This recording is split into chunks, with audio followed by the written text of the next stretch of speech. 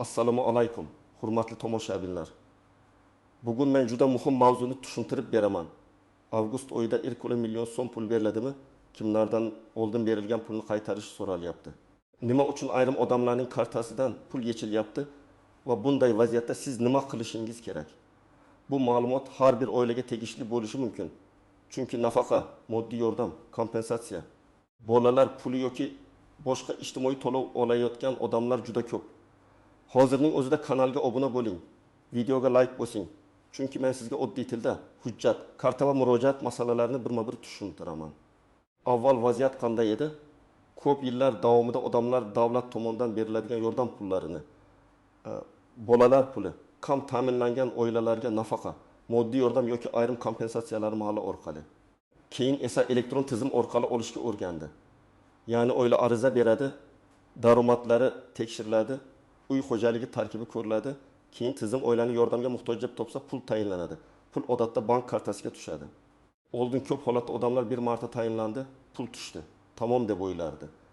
Ya'ni menga davlat berdi, demak bu pul meniki, endi hech kim qaytar demaydi degan tushuncha bor edi.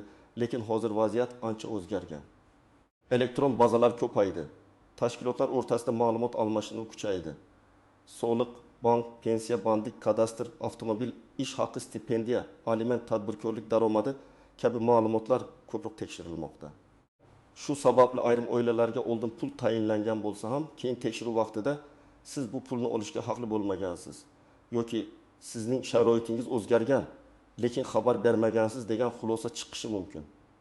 Ana shunda qaytarish masalasi paydo bo'ladi. Ba'zi odamlar kartamdan pul yechilibdi deb shikoyat qiladi. Ba'zilar menga 20 million so'm beriladi deyishdi, lekin tushmadi deydi. Yana boshqalar berilgan pulni qaytar deyishyapti. Bu qonuniymi deb so'raydi. Men bu yerda eng asosiy narsani aytaman. Har qanday to'lovning nomi, sababi va huquqiy asosi bo'ladi. 20 million so'm hammaga beriladi degan gapni eshitsangiz, darhol ishonib ketmang. Bu pul aynan qaysi dastur bo'yicha, qaysi toifadagi fuqarolarga, qaysi oy uchun qanday shart bilan berilishi kerakligini aniqlash zarur. Chunki ijtimoiy yordam hech qachon hamma fuqaroga bir xil tartibda berilmaydi. Odatda mezon bor. Oila daromadi, farzandlar soni, nogironlik holati, bo'g'uvchisini yo'qotganlik, kam ta'minlanganlik, ishsizlik, ayollar daftari, yoshlar daftari, temir daftar yoki boshqa ijtimoiy ro'yxatlar. Endi 5 million so'm masalasini oddiy qilib tushuntiraman. Ba'zi hududlarda yoki ayrim dasturlarda fuqarolarga bir martalik moddiy yordam miqdori taxminan 20 million, 52 million, 51 million, 50 million yoki undan ko'proq bo'lishi mumkin. Lekin bu pul hamma uchun avtomatik berilmaydi. Masalan, bir oilaning uyida boquvchi vaqtincha ishsiz 2 yoki 3 nafar voyaga yetmagan farzandi bor. Oila daromadi past, kommunal qarzlari bor, tibbiy xarajatlari ko'paygan bo'lsa, mahalla va tegishli tashkilotlar orqali moddiy yordam ko'rib chiqilishi mumkin. Lekin boshqa bir misolni olaylik. Oilada er va xotin rasmiy ishlaydi. Umumiy daromad 6 million so'm, uyda bitta voyaga yetmagan bola bor, nomida avtomobil bor. Bank kartasiga muntazam pul tushadi. Bunday oilaga kam ta'minlangan mezoni bo'yicha yordam tayinlanmasligi mumkin. Agar tizim biror xatolik sababli pul tayinlab yuborgan bo'lsa, keyinchalik bu aniqlansa, qaytarish talabi qo'yilishi ehtimoli bor. Yana bir misol. Ona bolalar puli olayotgan bo'ladi. Ariza topshirgan paytda oilada daromad kam bo'lgan. Keyin eri ishga kiradi, oylik ola boshlaydi. Yoki oilaga qo'shimcha daromad manbai paydo bo'ladi. Ba'zi to'lovlar bo'yicha fuqaro o'z holatidagi o'zgarishni ma'lum qilishi kerak bo'ladi. Agar tizim keyinroq bu daromadni aniqlasa, falon oydan boshlab sizda huquq bo'lmagan deb ortiqcha to'langan summani qaytarishni so'rashi mumkin. Kimlar xavotir olishi kerak? Birinchi navbatda ariza topshirganda noto'g'ri ma'lumot berganlar. Masalan, rasmiy ish joyini yashirgan, turmush o'rtog'ining daromadini ko'rsatmagan, oilada yashayotgan shaxslarni noto'g'ri yozgan, nomidagi mol-mulkni yashirgan, bankdagi kirimlarni tushuntirmagan bo'lsa, bu keyin muammo tug'diradi. Ikkinchidan, yordam tayinlangandan keyin holat o'zgargan, lekin tegishli joyga xabar bermaganlar xavotir olishi kerak. Uchinchidan, kartasiga nomi boshqa odamniki bo'lgan pullar tez-tez tushib turgan fuqarolar ham e'tiborli bo'lishi kerak. Chunki tizim ba'zan kartadagi muntazam kirimlarni daromad sifatida ko'rishi mumkin. Kimlar unchalik xavotir olmasligi mumkin?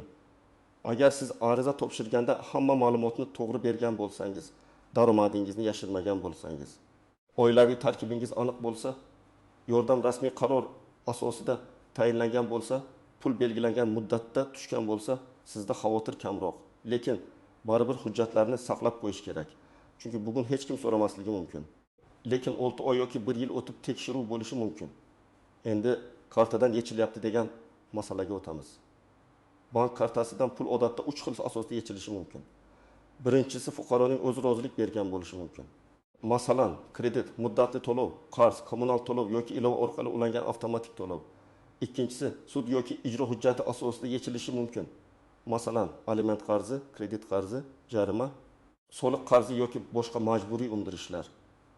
Uchinchisi, ayrim hollarda tashkilot ortiqcha to'langan ijtimoiy pulni qaytarish masalasini ko'taradi. Lekin bu ham tartib bilan bo'lishi kerak. Fuqaro pul nimaga yechilganini bankdan yozma ravishda aniqlash kerak. Men amaliy misol keltiraman. Faraz qiling, Dilnoza opa 3 oy davomida har oy 5 ming so'mdan yordam olgan. Jami 1,5 million so'm tushgan. Keyin tekshiruvda ma'lum bo'ldiki, ariza topshirilgan paytda turmush o'rtog'i rasmiy ishlagan va oyligi tizimda kech ko'ringan. Tashkilot sizga 1,5 million so'm ortiqcha to'langan deb xat yuboradi. Bu yerda Dilnoza opa darhol vahimaga tushmasligi kerak. U birinchi navbatda qaror nusxasini, hisob-kitobni, qaysi oylar uchun ortiqcha to'lov deyilganini talab qilishi kerak. Agar rostdan ham xatolik bo'lsa, qaytarish tartibi muhokama qilinadi. Agar tashkilot xato qilgan bo'lsa, e'tiroz berish mumkin.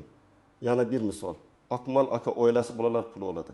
Uning kartasiga ukasi Rossiyadan har oy 2 million so'm yuboradi. Lekin bu pul Akmal akaning daromadi emas, onasining davolanishi uchun yuborilgan. Elektron tizim buni muntazam kirim sifatida ko'rishi mumkin. Natijada keyingi oy nafaqa to'xtashi yoki tekshiruv bo'lishi mumkin. Bunday holatda pulning maqsadini isbotlash kerak bo'ladi. Pul yuborgan shaxsning izohi, davolanish xarajatlari, dori cheklarni ko'rsatish, bank ko'chirmasini olish foydali bo'ladi. 3-misol. Madina opa avgustda 5 million tushadi deb eshitgan. Lekin uning arizasi hali tasdiqlanmagan.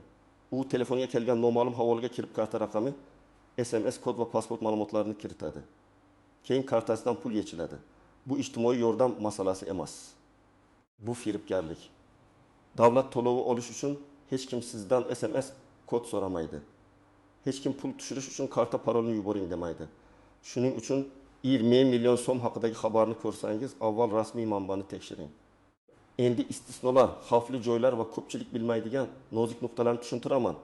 Birinchi nozik masala, ortiqcha to'lov har doim ham fuqaroning aybi bilan yuzaga kelmaydi. Ba'zan tizim xato qiladi, ma'lumot kech keladi. Tashkilot noto'g'ri hisoblaydi. Familiya yoki JSS she'r bo'yicha chalkashlik bo'ladi. Bunday holatda fuqaro men darhol qaytarishim shart deb o'ylamasligi kerak. Avval asos talab qilinadi. Qaysi qaror bilan tayinlangan, qaysi qaror bilan bekor qilingan, qancha summa ortiqcha hisoblangan, qaysi oylar bo'yicha hisoblangan, bunga qaysi hujjat asos bo'lgan, bularning hammasi yozma ko'rinishda bo'lishi kerak. Ikkinchi nozik masala. Og'zaki gap bilan pul qaytarilmaydi.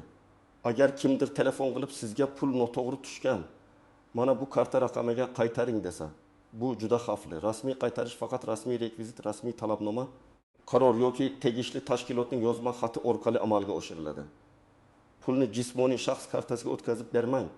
Mahalladanman, bankdanman, ijtimoiy himoyadanman degan har qanday odamdan xizmat guvohnomasi, tashkilot nomi, xat raqami, telefon va rasmiy manzilni so'rang. 3-nozik masala.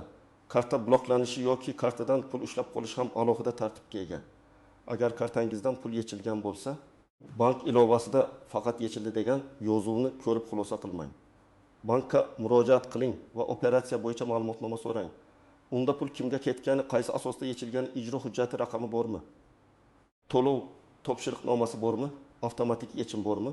Shular ko'rinadi. Agar ijro byurosi orqali yechilgan bo'lsa, ijro ishning raqamini aniqlaysiz. Agar bank ichki kredit qarzi uchun ushlagan bo'lsa, kredit shartnomasini ko'rasiz.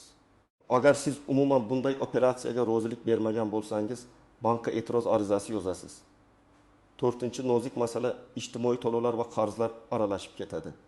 Masalan, odamning kartasiga bolalar puli tushadi. Lekin uning shu bankda krediti bor. Bank avtomatik yechib olgan bo'lishi mumkin. Bu holatda savol tug'iladi. Bank ijtimoiy to'lovni to'liq yechib olishga haqlimi yoki yo'qmi? Buni aniq bilish uchun shartnoma, to'lov turi va amaldagi tartibni ko'rish kerak. Ayrim ijtimoiy to'lovlar himoyalangan bo'lishi mumkin. Ayrim holatda esa qarz bo'yicha ushlovlar qo'llanadi. Shuning uchun men doim aytaman, kartaga tushgan pulning manbasini va yechilgan pulning asosini alohida tekshiring. 5-nozik masala avgustda beriladi degan gap to'lov sanasi bilan bog'liq bo'lishi mumkin. Ba'zi nafaqalar oy boshida, ba'zilar oy o'rtasida, ba'zilari moliyalashtirish kelgandan keyin tushadi. Agar qo'shningizga tushib sizga tushmagan bo'lsa, bu siz rad etildingiz degani emas. Sizning arizangiz holati, bank kartangiz rekviziti, pasport ma'lumotlari, oilaviy tarkib, tizimdagi status, mahalat tasdig'i, moliyalashtirish grafiki farq qilishi mumkin. 6-nozik masala. Oilaviy tarkib noto'g'ri bo'lsa, katta muammo bo'ladi. Masalan, er-xotin ajrashgan, lekin ro'yxatda birga ko'rinadi. Yoki farzand boshqa manzilda, lekin oilaviy tarkibda turibdi. Yoki uyda aslida yashamaydigan qarindosh ro'yxatda qolgan. Tizim bularni oila a'zosi deb ko'rib, ularning daromadini ham hisobga olishi mumkin. Shunda yordam rad etiladi yoki oldingi to'lov qayta ko'riladi. Shuning uchun yashash manzili, nikoh holati, farzandlar ma'lumotlari, vasiylik yoki aliment hujjatlari to'g'ri bo'lishi juda muhim. 7-nozik masala. Daromad deganda faqat oylik tushunilmaydi. Ko'pchilik men ishlamayman, demak daromadim yo'q deydi. Lekin tizim boshqa kirimlarni ham ko'rishi mumkin.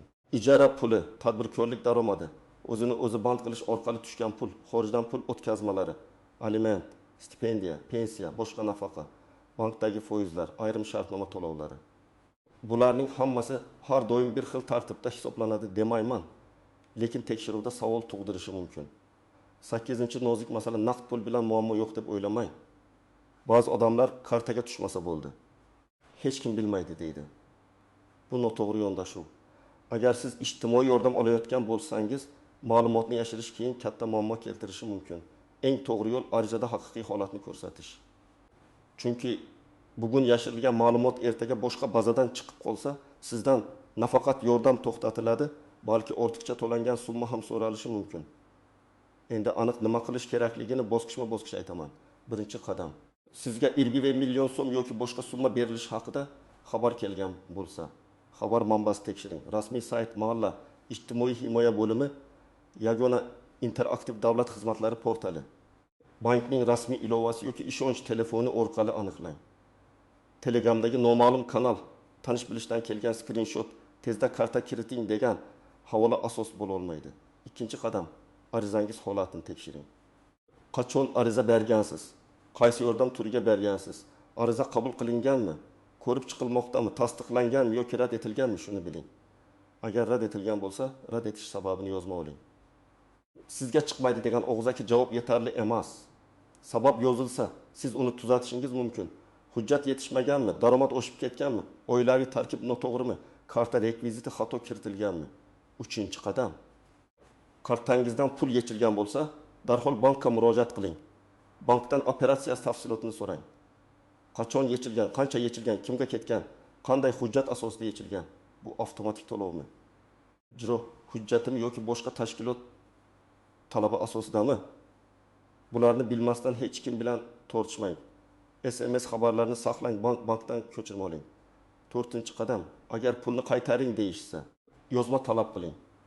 Talabnomada tashkilot nomi, xat raqami, sana, summa, asos, hisob-kitob, qaytarish rekvizitlari bo'lishi kerak.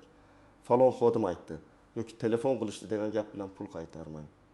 Agar talabnoma rasmiy bo'lsa ham, siz undan nusxa olib tushunmagan joyingiz bo'yicha izoh so'rashingiz mumkin. 5-qadam, o'zingizning hujjatlaringizni yig'ing.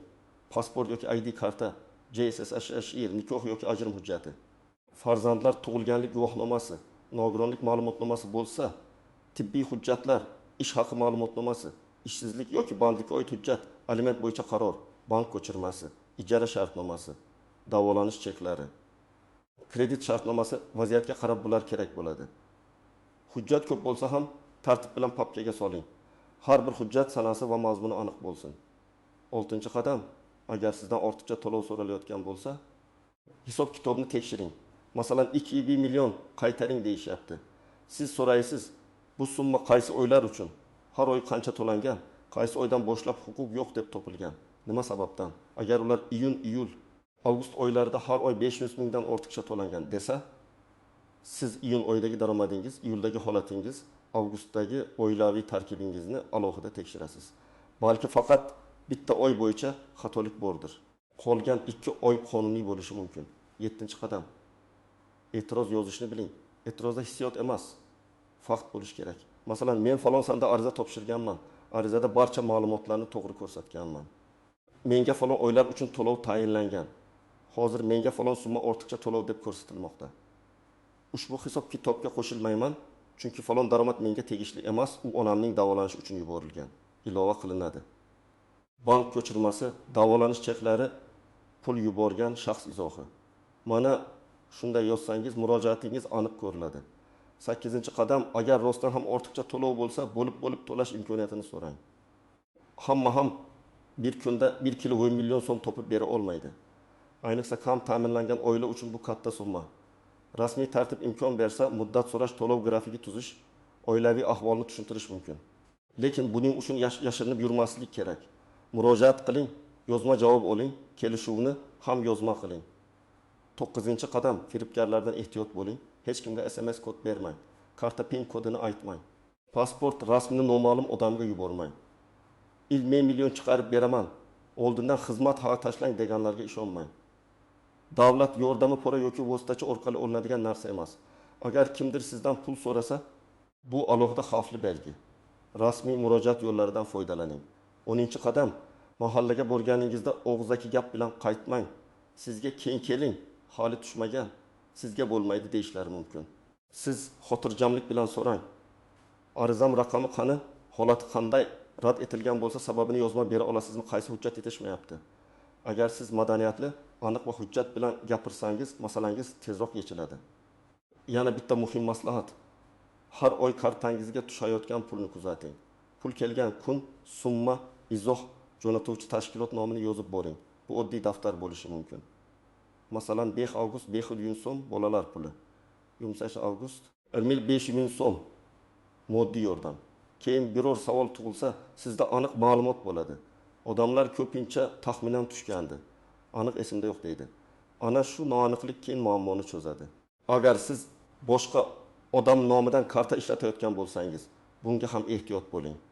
Masalan, ona o'z pensiyasini qizining kartasiga tushiryapti, xotinning kartasidan foydalanmoqda, aka-uka bir-birining kartasiga pul o'tkazmoqda. Bu oilaviy jihatdan qulay tuyulishi mumkin, lekin ijtimoiy yordam tekshiruvlarida chalkashlik keltirib chiqaradi. Eng yaxshi yo'l har kim o'z daromadini o'z kartasida saqlashi va kerak bo'lsa pul maqsadini izohlab bera olishi. Agar sizda kredit bo'lsa, ijtimoiy to'lov tushadigan, kartani kredit shartnomasi bilan bog'lab qo'yganmisiz? Avtomatik yechim yo'qilganmi? Bank ilovasida qanday roziliklar berilganini tekshiring. Ko'pchilik ilovada tasdiqlash tugmasini bosadi, lekin keyin men rozilik bermaganman deydi. Bank esa elektron rozilikni ko'rsatishi mumkin. Shuning uchun sozlamalarni ko'ring, keraksiz avtomatik to'lovlarni o'chiring. Bankdan maslahat oling. Agar ijtimoiy yordam to'xtatilgan bo'lsa, sababini aniqlamasdan qayta ariza topshirish ham foyda bermasligi mumkin. Avval xatoni toping. Masalan, tizimda sizning nomingizda eski avtomobil turibdi. Aslida uni sotgansiz, lekin rasmiylashtirilmagan. Yoki turmush o'rtog'ingizning ish joyi eski ma'lumot bilan ko'rinmoqda. Yoki farzandingizning hujjatida familiya farqi bor. Bunday holatlarda muammo pulda emas, ma'lumotlar bazasidagi nomuvofiqlikda bo'ladi. Bugungi mavzuning eng muhim xulosasi shuki, avgustda 20 million so'm berilishi mumkin degan gapni eshitsangiz, avval bu qaysi to'lov, kimga beriladi? Qanday shart bilan beriladi? Rasmiy manbasi bormi? Shuni aniqlang. Agar sizdan pulni qaytarish so'ralayotgan bo'lsa, yozma asos, qaror va hisob-kitob talab qiling. Agar kartangizdan pul yechilgan bo'lsa, bankdan operatsiya tafsilotini oling va pul nimaga ketganini aniqlang. Hujjatsiz, og'zaki gap bilan noma'lum karta raqamiga pul o'tkazmang. Men sizga ekspert sifatida eng to'g'ri yo'lni aytaman. Hamma hujjatni saqlang.